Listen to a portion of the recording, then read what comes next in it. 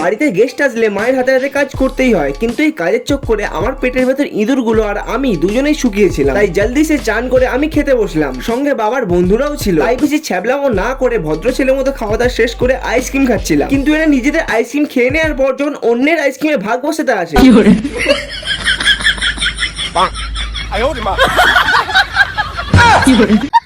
আর এই দেখো তোমরা এদের দুজনকে প্রায় একই রকম দেখতে না? সেটা বড় কথা নয়, বড় কথা হলো যে আজকের ফ্রিতে কিছুই না। এদিকে হনুমানের ছবি তোলা হয়েছে বলে হনুমান বলে পয়সা লাগবে। পয়সা তো নেই, কিন্তু একটা আলু দিতে পারি।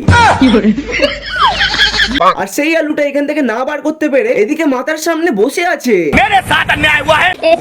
তারপর বিকাল হতে একটু ছাদে গিয়ে বসেছিলাম, কিন্তু এই মাইয়া তো ফোনেই ব্যস্ত। প্রেম আমি একটাও করি নাই। তারপর আমি একটু চা করেছিলাম, আর চাটা এতটাই সুন্দর হয়েছিল যে কাকা এদিকে কেন্দ্রে দিয়েছে। বোনেদের সাথে বসে এদিকে চা মুড়ি খাচ্ছিলাম, এদিকে না ফোনে কি একটা শুনছে, আর সেটা দেখতে গিয়ে